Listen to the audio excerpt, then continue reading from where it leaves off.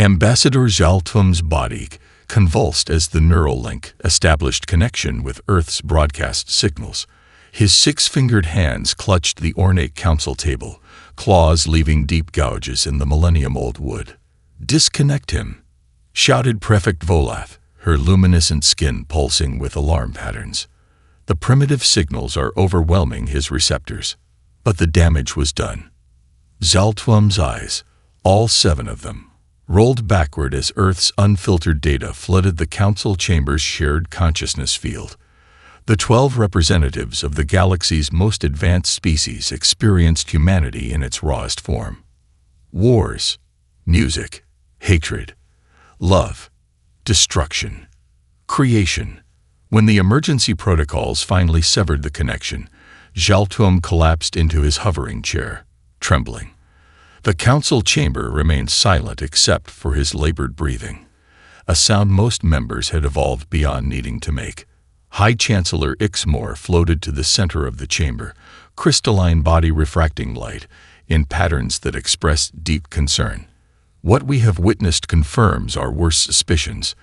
These humans are unlike any sentient species we have encountered in our 50,000 years of peacekeeping."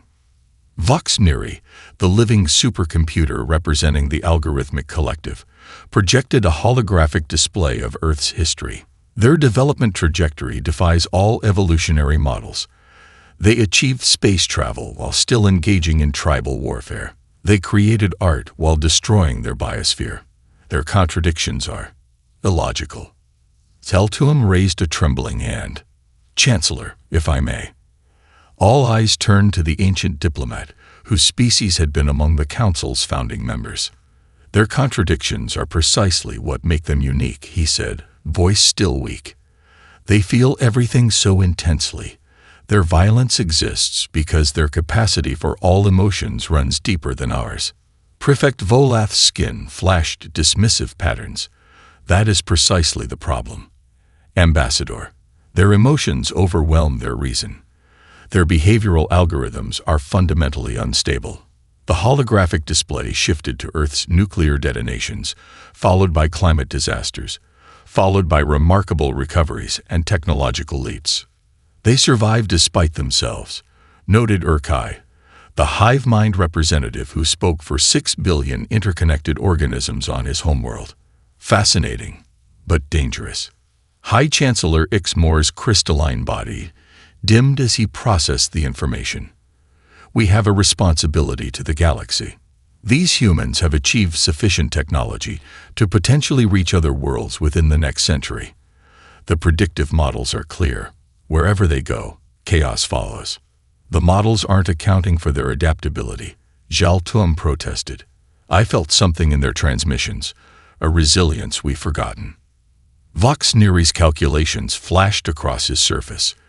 87% probability that allowing human expansion will result in interspecies conflict within 3 generations. The vote was called. One by one, the council members registered their decisions. Zaltum watched in dismay as the consensus formed. "By unanimous decision," announced the High Chancellor, "Earth is hereby classified as evolutionarily aberrant and will be isolated under the Veil Protocol until such time as humans demonstrate sufficient stability for galactic inclusion." Within hours, the Council's most advanced ships positioned themselves around Earth's solar system. The Veil, an impenetrable barrier of twisted spacetime, began to form, cutting Earth off from the rest of the galaxy. From the observation deck, Zaltum watched the shimmering barrier complete its enclosure. A technician approached, indicating the final sequence was ready. "They will never know what happened," the technician said.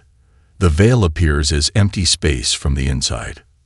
Zaltum's eyes blinked in sequence, a gesture of mourning in his culture. "We've made a mistake today," he said softly. "I fear we will regret this judgment." As the council fleet departed, Earth continued its orbit, unaware it had just been sentenced to cosmic solitary confinement, and unaware that, decades later, its isolation would prove to be the galaxy's salvation. High Chancellor Zaltum's meditation cycle shattered as the chamber doors disintegrated. "Turnok," chief scientist of the Galactic Survey, stumbled through the molecular debris. Her exoskeleton cracked in multiple places. "Chancellor," she gasped, her respiratory filters struggling to compensate for her panic. "Outpost Helix 9 has gone dark." Zaltum's eyes narrowed. "The military research station. That's the third outpost this cycle. This wasn't like the others." Turnok's manipulator appendages trembled as she uploaded her findings to the chamber's display. The star itself is dying. The holographic projection showed a once vibrant G-type star now dimmed to a sickly orange. Around it, crystalline structures larger than planets extracted stellar material through impossible geometries. "We're calling them void shapers," Turnok said. "Silicon-based entities that consume energy at a planetary scale." The projection shifted to weapon impacts against the crystalline surfaces, disruptors, antimatter warheads, even singularity bombs. Each dissipated harmlessly across the faceted structures. "Our weapons are useless," Zaltum realized. Worse. Turnok's voice modulator flattened in the way her species expressed existential dread. "The war algorithms have calculated our extinction within 70 cycles. The Council has called an emergency session." The Council chamber, once a model of order and decorum, had descended into the closest thing these advanced species could experience to panic. 3 worlds lost already. Prefect Volath's skin flashed danger patterns so intense that other members had to adjust their optical filters. 12 billion citizens unaccounted for. Urkai's hive mind signal pulsed erratically. "Our collective consciousness can sense them approaching our system. They are hunger without thought, consumption without purpose." Vox Neri's calculations spiraled across his surface at unprecedented speed. Standard probability trees have failed. These entities operate on principles outside our scientific models. Zaltum absorbed their reports in silence, 50 years of leadership weighing on him. When he finally spoke, the chamber quieted instantly. "Our algorithms have no answer because we have never faced an enemy so fundamentally different from ourselves." He gestured to the tactical display. "These void shapers follow patterns too rigid, too perfect. Their crystalline nature makes them immune to our energy weapons, which are designed for organic or mechanical targets." An uncomfortable silence fell as council members processed his words. "What do you propose, Chancellor?" asked Ixmore, who had ceded leadership to Zaltum decades earlier. Instead of answering directly, Zaltum accessed the chamber's secure archives and projected a new image: Earth's solar system, still encased in the shimmering veil. 50 years ago, we isolated a species for being too unpredictable, too chaotic, he said. Perhaps chaos is exactly what we need now." The chamber erupted in objections. The humans? Impossible. They would have destroyed themselves by now. Even if they survived, they would be centuries behind our technology. Zaltum raised his hand for silence, then revealed what had kept him awake during countless meditation cycles: the forbidden monitoring data from inside the veil. The council watched in stunned silence as images showed Earth's transformation. Orbital platforms circled the planet. The moon bore signs of extensive mining and habitation. Most shocking were the energy readings from the inner edge of the veil itself. Humans had been studying it, probing it, even harvesting energy from its quantum fluctuations. "They didn't just survive isolation," Zaltum said quietly. "They thrived on the challenge." He scrolled through more data until stopping on a weapons test conducted on Earth's moon, a device that shattered a silicon-based asteroid into perfect molecular fragments. "Tell me, esteemed colleagues," Zaltum's 7 eyes surveyed the chamber, "does this not look like exactly the weapon we need against a crystalline enemy?" Before anyone could respond, the emergency alert system activated. The Void Shapers had just obliterated the Council's most heavily defended military outpost in mere hours. The vote to breach the veil passed 12-0. The Council delegation's ship emerged through the veil with a theatrical flash of quantum displacement. Their sensors immediately detected thousands of objects converging on their position. Earth's defense grid activating. Fascinating, murmured Turnock as data streamed across her displays. Their tracking systems shouldn't be able to see us through our cloaking fields. They can't, confirmed Ixmore. They're tracking the veil disruption itself. They've been studying it all along. A transmission cut through their secure channels with embarrassing ease. "Attention, unidentified vessel," came a human voice, speaking perfect galactic standard. "You have entered Earth-controlled space. Maintain position or be neutralized." Vox Neri surface calculations raced. How do they know our language? The translation matrices were developed after. The ship shuddered as invisible fields locked onto their propulsion systems. Outside, silver-hulled interceptors materialized from hidden orbital positions. "They've disabled our engines with technology we don't recognize," Turnock reported, her exoskeleton clicking in agitation. "We expected primitives," Ixmore said quietly. "We found equals." Earth's orbital command center was a monument to humanity's response to isolation. Transparent aluminum domes revealed the curve of the planet below, while holographic displays tracked everything from Martian colony outputs to Jupiter station research metrics. General Diana Chen cut an imposing figure as the council representatives were escorted in. Her precisely tailored uniform bore insignia even Vox Neri couldn't decode, while the neural augmentation visible at her temples pulsed with encrypted data exchanges. "High Chancellor Zaltuum," she said without preamble. "Your visit is 50 years overdue." Zaltuum's eyes blinked in sequence, now a gesture of respect rather than mourning. "You know who I am." Chen gestured to the walls, where detailed anatomical displays of every council species rotated alongside behavioral analyses and technological assessments. "We've had half a century to prepare for your return," she said, "though we expected an invasion force, not a diplomatic delegation."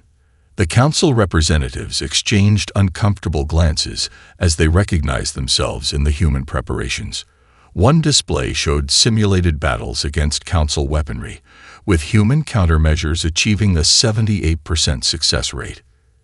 "You've been expecting us to attack?" asked Turnock. A new voice answered from the doorway. "Wouldn't you, if someone locked you in a cosmic cage without explanation?" Dr. Elena Reyes strode in, lab coat fluttering over combat fatigues. Where Chen was all military precision, Reyes moved with scientific intensity, mind visibly racing behind enhanced retinal implants. "Dr. Reyes leads our xenophysics division," Chen explained. "She's why we know you're here about the crystalline entities." The council delegation froze. "That's impossible," stammered Vox Neri. "You've been isolated behind the veil." Reyes smiled thinly and activated a small device on her wrist. A three-dimensional projection appeared, identical to the Void Shapers. "We detected unusual energy patterns at the edge of our system 2 years ago," she explained. "Similar to quantum crystalline formations we've been studying since we discovered the veil's composition." She casually adjusted the device, and the projected crystal shattered into perfectly symmetrical fragments. "This prototype disruptor affects the molecular bonds in silicon-based structures," she continued. "I developed it as a hobby, really. Something to pass the time between reverse engineering your barrier technology." Zaltuum stepped forward. "Dr. Reyes, Earth is not the only world in danger. The entities you've detected have already destroyed 3 council planets.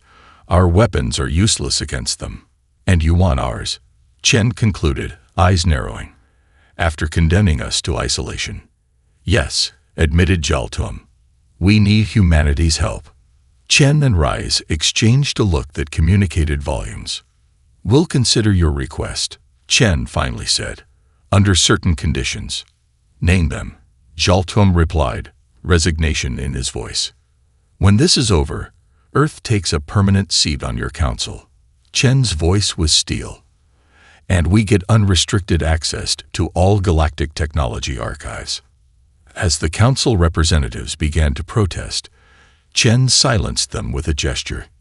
"You classified us as too dangerous for the stars," she said with a cold smile.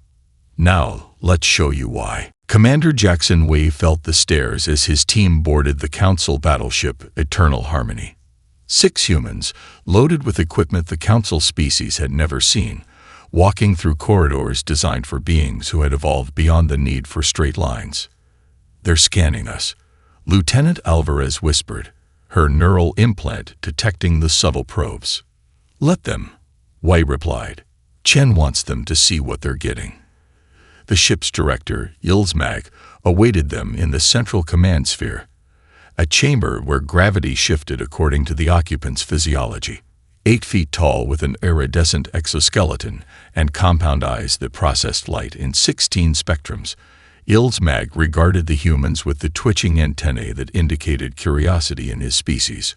"Commander Wei," he greeted, mandibles clicking precisely. "Your team's presence is unprecedented."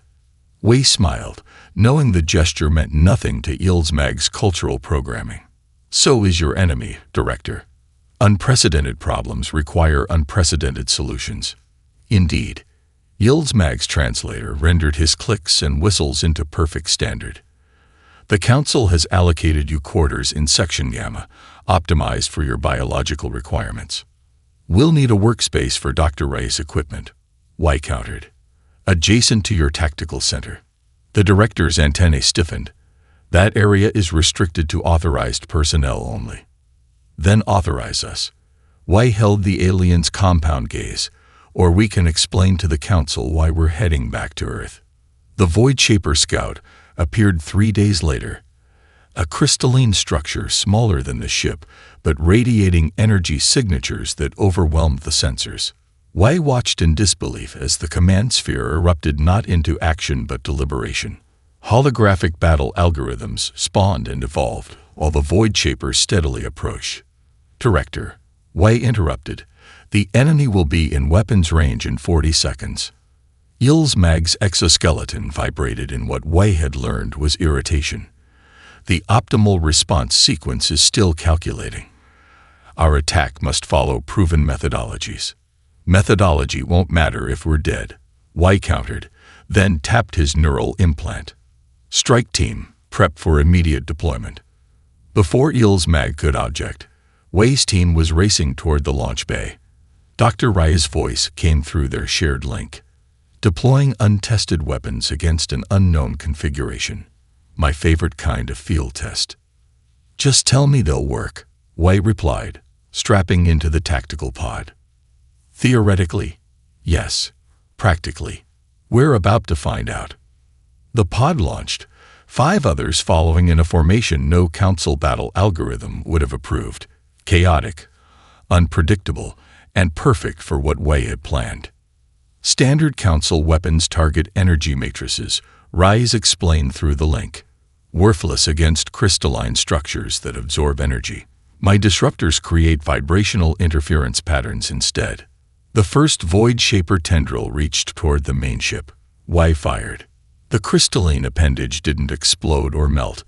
It shattered fragments spinning harmlessly into space. "It worked," Alvarez shouted. "Don't celebrate yet," Wei cautioned as the Void Shaper reoriented. "Pattern Delta. Keep it confused." The human pods executed maneuvers no Council ship could match. Spinning, tumbling, approaching from multiple vectors simultaneously. Each fired disruptors at different frequencies, preventing the crystalline entity from adapting. Within minutes, the Scout was reduced to glittering debris. Wei's team returned to the launch bay, adrenaline still pumping. They found the bay crowded with Council crew, staring in silent amazement. "We did it," Alvarez shouted, high-fiving Rodriguez as they exited their pods. Wei whooped and caught a fragment of crystalline debris, holding it up like a trophy. Ilsmag stood rigid, watching the humans celebrate with an intensity that made his species profoundly uncomfortable. Emotional displays were considered primitive, unnecessary evolutionary baggage the Council species had long since engineered away. Yet that night, security footage captured Ilsmag alone in his quarters, slowly raising one appendage against the wall, then striking it in a precise mimicry of a human high five. News of the victory spread across Council space. Despite official protocols, ships began requesting human tactical teams. Something was stirring in the ordered Council society, something they had engineered out of their cultures centuries ago. Hope. Outpost Meridian's evacuation protocols activated too late. The station's 12,000 refugees had barely reached the escape shuttles when the first Void Shaper materialized, its crystalline body distorting space around it. Evacuation simulation predicted we had another 26 minutes, the station administrator reported, mandibles clicking rapidly in distress.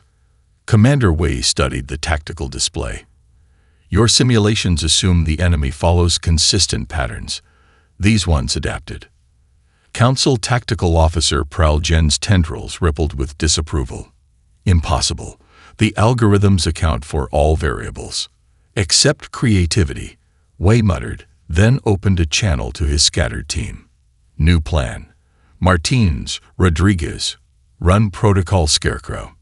2 human pods broke formation and executed a series of erratic maneuvers, firing disruptors at varying frequencies. What are they doing? Demanded Pralgen. That's not a recognized tactical pattern. Wei smiled grimly. That's the point. On the display, the Void Shaper paused its advance, crystalline lattice realigning as it processed the unpredictable threats. It extended a tendril toward Martinez's pod, then abruptly retracted it when Rodriguez executed a seemingly random attack on its flank. They're confusing it, Wei explained. Creating a threat profile, it can't categorize. How did you know this would work? Pralgen asked, recording the encounter with scientific detachment. Earth history, predator-prey dynamics. Wei's eyes never left the display. When stalking prey, confusion is a prey's best defense. When hunting predators, unpredictability is a hunter's best weapon. For the first time, Pralgen looked at Wei not with the tolerant condescension typical of Council species toward humans, but with something approaching understanding. You see yourselves as the predators, Pralgen noted, even against an enemy that has consumed worlds. Wei shrugged. Someone has to be the apex species. Might as well be us. The distraction worked long enough for the evacuation to complete. As the last shuttle cleared the station, Wei signaled his team to disengage. All that to save a few thousand refugees. Pralgen questioned. Wei's expression hardened. Every life matters. An inefficient philosophy, Pralgen observed, but without judgment. Yet, admirable. In the Council science vessel Empirical Truth, Dr. Elena Reyes worked surrounded by equipment that violated 17 different Council research protocols. A containment field held a fragment of Void Shaper crystal recovered from an earlier battle. Remarkable, she muttered, manipulating energy patterns through the fragment. It doesn't just absorb energy, it categorizes it. Council Science Director Tileth observed from a safe distance. Categorizes. Look. Reyes projected her findings onto the lab's main display. When I introduce ordered energy patterns, regular frequencies, consistent amplitudes, the crystal absorbs them completely. She adjusted her equipment. But when I introduce chaotic patterns, irregular frequencies, unpredictable amplitudes, the crystal fragment vibrated discordantly, its molecular structure destabilizing. It rejects the energy, Tileth concluded. Like poison, Reyes finished, or perhaps more accurately, like food it can't digest. She turned to face the science director. The Void Shapers consume ordered energy patterns and reject chaotic ones. That's why your weapons don't work. They're too consistent, too predictable. Too perfect, Tileth acknowledged, 7-fingered hands moving gracefully through the data. While your human technology is inherently chaotic, Reyes grinned. We never engineered that out of our systems because we never saw disorder as a flaw. The lab door hissed open as General Chen entered, flanked by 4 human security officers. Dr. Reyes, progress report, Chen demanded without preamble. Reyes explained her findings, watching Chen's enhanced pupils dilate slightly as she processed the implications. How quickly can you scale up production of the disruptors? Chen asked. With council resources, 2 weeks for fleet-wide implementation. Chen turned to Tileth. Make it happen. The science director's epidermis flushed with patterns indicating bureaucratic resistance. The council science directorate requires peer review of all. The Void Shapers just consumed the Procyon system. Chen interrupted. 6 billion council citizens gone. We don't have time for peer review. Protocol demands. Protocol be damned. Chen's augmented voice carried harmonic undertones designed to command attention. Either Dr. Rice gets full authority over anti-Void Shaper research, or I withdraw all human support. The threat hung in the air like a physical thing. Very well, Tileth conceded. Full authority granted. After the council scientist departed, Rice raised an eyebrow at Chen. That was theatrical. Chen's lips quirked in a rare smile. They needed convincing. And if they had refused, they wouldn't. Chen examined the fragmented crystal. They're starting to understand what makes humans different, what makes us dangerous. And what's that? Rice asked. We don't accept losing. Chen said simply. Not when survival is at stake. The massive crystalline structure orbiting the dying star dominated the tactical display in the council's war chamber. Light refracted through its faceted surfaces, creating kaleidoscopic patterns that seemed to hypnotize even the most disciplined council strategists. The central consciousness, Dr. Rice explained, gesturing to the structure. Every Void Shaper we've encountered is merely an extension of this entity. High Chancellor Zhao Tum studied the projection. You're certain? The quantum entanglement signatures are unmistakable, Rice confirmed. Destroy this, and the entire Void Shaper collective collapses. Vox Neri's calculations rippled across his surface. Standard assault protocols estimate 97.3% casualty rate for any direct engagement.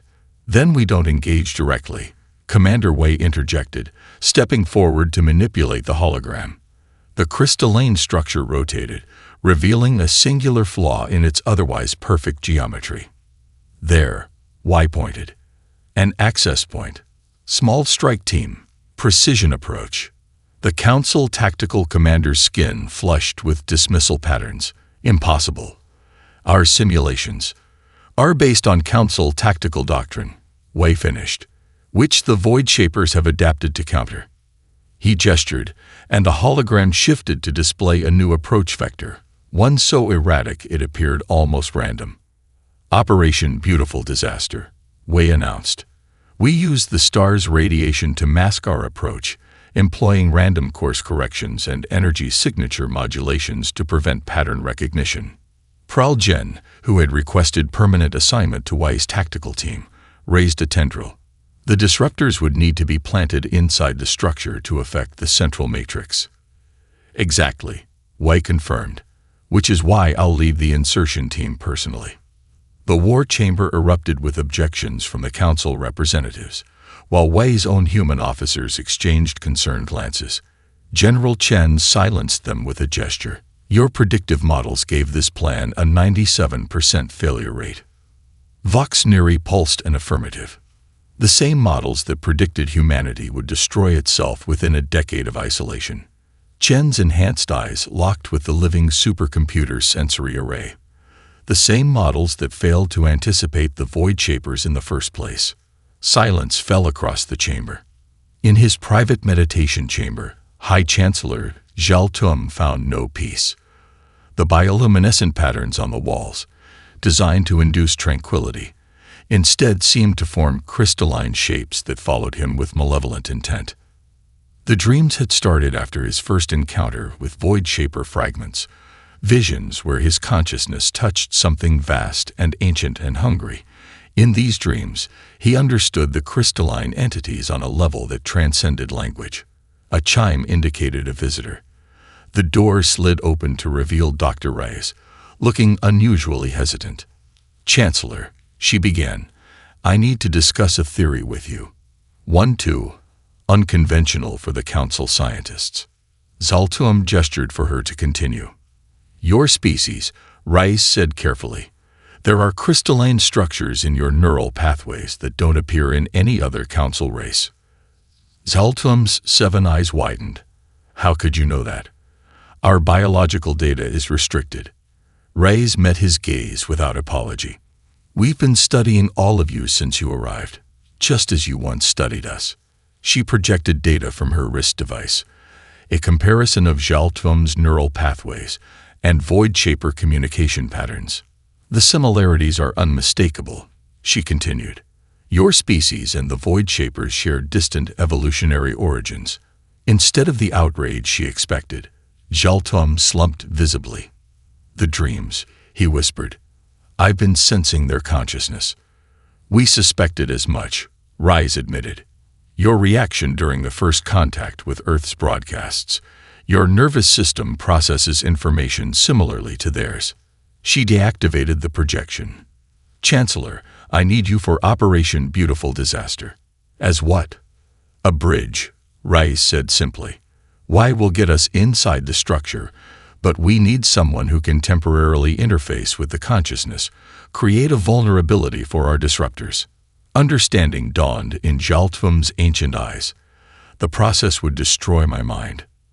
Yes, Reyes didn't sugarcoat it, but it might save every other mind in the galaxy. After a long silence, Zaltum asked, Does Wei know you're recruiting me for a suicide mission? No, Reyes admitted. He's still looking for alternatives. Why? Because he's human, she said, as if that explained everything. We don't accept no-win scenarios. Zaltum's mouth parts formed the closest approximation to a human smile his physiology allowed. Perhaps that's what the galaxy has been missing all these millennia.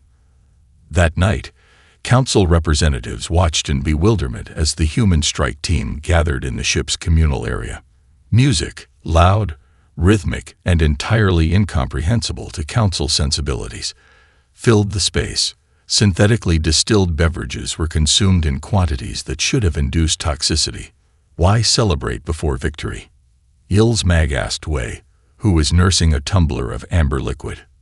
It's not celebration, Wei explained, watching his team laugh and dance with the desperate energy of those facing impossible odds. It's a wake. A funeral ritual. Before death. Yil's Mag's translator struggled with the concept. We drained his glass. Just one of those human contradictions you find so fascinating, Director. He stood, raising his empty glass toward his team, toward Dr. Reyes, deep in conversation with Zaltum, toward Pralgen attempting to understand human humor, toward the unlikely alliance that represented the galaxy's last hope. To beautiful disasters, Wei toasted. May ours be more beautiful than theirs. The strike team's ship hurtled through the star's corona, hull temperature readings climbing into ranges no council vessel would tolerate. Inside, Commander Wei monitored the approach as radiation alarms screamed warnings. Stealth systems holding, Lieutenant Alvarez reported. The stellar interference is masking our signature. Through the viewports, the massive crystalline structure grew larger, no longer a tactical hologram, but a real, looming presence that seemed to devour the light around it. 1 minute to insertion point, Wei announced. Final equipment check. Dr. Reyes ran diagnostics on her disruptor array while Zaltum sat motionless, 7 eyes closed in meditation. 4 human tactical officers checked weapons that the Council had initially classified as too unstable for battlefield use. The ship shuddered as it emerged from the corona into the shadow of the crystal megastructure. Up close, the perfect geometry revealed countless imperfections, scars where other civilizations had tried and failed to breach its defenses. There, Y pointed to a formation that resembled a massive crystalline maw. Our entry point. The ship's stealth systems strained as they approached, sensors detecting no response from the structure. Either their approach had gone unnoticed, or they were being permitted entry. Neither possibility was comforting. Inside, the crystal corridors pulsed with blue-white energy that flowed in ordered patterns. Their footsteps echoed strangely, sound waves distorted by the crystalline surfaces. It's beautiful, whispered Martinez, the team's demolitions expert. Focus, Wei reminded her, "Beauty can kill you just as dead as ugliness." They proceeded deeper, following Ray's detector as it tracked increasing energy readings. The disruptor prototypes strapped to their backs hummed in response to the surroundings. "Something's wrong," Rise murmured, studying her instruments. "These readings, they're organic." Organic. Wei's hand tightened on his weapon. How can a crystalline entity be? He froze as they entered a vast chamber. Suspended within the crystal lattice were thousands of translucent pods, each containing a different alien form. Council species, Jaltom identified, horror evident even through his alien features, and others I don't recognize. Ray scanned the nearest pod. They're alive. Neural patterns intact but networked. The Void Shapers didn't just destroy those worlds. They harvested the inhabitants. A biological processing network, Jaltum realized. They're using sentient minds to power their calculations. Wei's expression hardened. So we're not just saving future victims. We're liberating the ones already taken. A crystal tendril suddenly erupted from the floor, narrowly missing Martinez. More followed, driving the team back toward the entrance. "They know we're here," Alvarez shouted, firing her disruptor. The beam shattered the nearest tendril, but 3 more replaced it. The team fought their way to a junction, crystal fragments flying as their weapons found targets. The corridor behind them sealed shut with rapidly forming crystal, cutting off their retreat. "The main chamber should be ahead," Rise urged, checking her scanner. "We need to push forward." They battled through 3 more chambers, each defense more intense than the last. Rodriguez took a crystal shard through the leg, while Alvarez's disruptor overloaded, forcing her to switch to backup weapons. Finally, they reached a massive spherical chamber where all energy patterns converge. At its center floated a perfect dodecahedron crystal, pulsing with the combined consciousness of billions of absorbed minds. "That's it," Rise breathed. "The central node." We deployed the primary disruptor, a device that had taken all of Earth's quantum engineering expertise to create. He activated the targeting sequence, only to watch in dismay as the display flashed red. "The containment field is failing," he reported. "The crystal resonance is affecting the stabilizers." Ray's frantically attempted recalibration, but the readings continued to deteriorate. "It's not working. The consciousness is actively countering our technology." Wei's eyes met hers. "Plan B, then." He reached for his pack, pulling out a compact antimatter charge. "I'll have to detonate it manually." "That's suicide," Alvarez protested. "Got a better idea?" Wei challenged, already programming the detonation sequence. "I do." Jaltum stepped forward, his 7 eyes now glowing with the same blue-white energy that permeated the structure. "My species evolved from similar crystalline entities before developing organic bodies. I can temporarily interface with the consciousness." "You said that would destroy your mind," Rise objected. "It will," Jaltum confirmed, "but it will create a temporary vulnerability, a moment when your disruptors can penetrate its defenses." Before Wei could respond, crystal barriers erupted around them, separating the team. Wei found himself trapped with Jaltum in a rapidly shrinking space. The ancient diplomat placed a 7-fingered hand on Wei's face. "Your species feels loss more deeply than any other," he said, his touch transmitting emotions no council translation could convey. "But you also feel hope more strongly, and that is what the galaxy needs now." Jaltum stepped toward the central crystal, his body beginning to glow. "Tell them, we were wrong about humanity. Your chaos is creation itself." As the High Chancellor's body merged with the crystal matrix, a shockwave of energy pulsed outward. For a brief moment, the ordered patterns throughout the structure faltered. "Now, Dr. Reyes," Wei shouted through the comlink. "Fire everything." The disruptors activated simultaneously, their chaotic energy patterns flooding the temporarily vulnerable consciousness. Crystal began to shatter throughout the chamber as the structure's integrity failed. Wei found himself cut off from the rest, crystal barriers blocking his retreat while Reyes and the surviving team members had a clear path to escape. "Commander," Alvarez's voice came through his comm. "We can't reach you." Wei watched as cracks spread through the central crystal, beautiful fracture patterns propagating outward. "Get Dr. Reyes to safety," he ordered. "That's an order, Lieutenant." "Jackson." Reyes' voice broke. "The data, Elena," he reminded her. "Make sure it wasn't for nothing." As crystal shards began to penetrate his combat suit, Wei activated his neural recorder, transmitting real-time battle data to the Council fleet. His final message cut through the chaos. "The universe belongs to those who fight for it." On standard galactic year after the fall of the Void Shapers, the Council chamber had transformed. Gone was the perfect symmetry maintained for 50 millennia, replaced by a spiraling structure inspired by human DNA, an architectural acknowledgement that adaptation, not perfection, drove true progress. Earth's delegation, led by General Chen, entered not as supplicants, but as equals. Council representatives rose in a gesture of respect that would have been unthinkable before the war. "The final integration protocols are complete," announced Ixmore, who now served as interim chancellor. "Earth is officially recognized as the 13th Council world." Chen nodded, her enhanced eyes surveying the chamber. "And the technology exchange?" "Proceeding as agreed," confirmed Vox Neri, whose computational matrices now incorporated human-inspired random variables, a modification that had initially scandalized the algorithmic collective, but had since proven revolutionary. "Though I must note that Council worlds are adopting Earth technologies at a faster rate than Earth is implementing ours." "We're selective," Chen replied with the hint of a smile. "Quality over quantity." The formal proceedings continued, but in the adjacent observation chamber, Dr. Elena Reyes stood before a very different audience.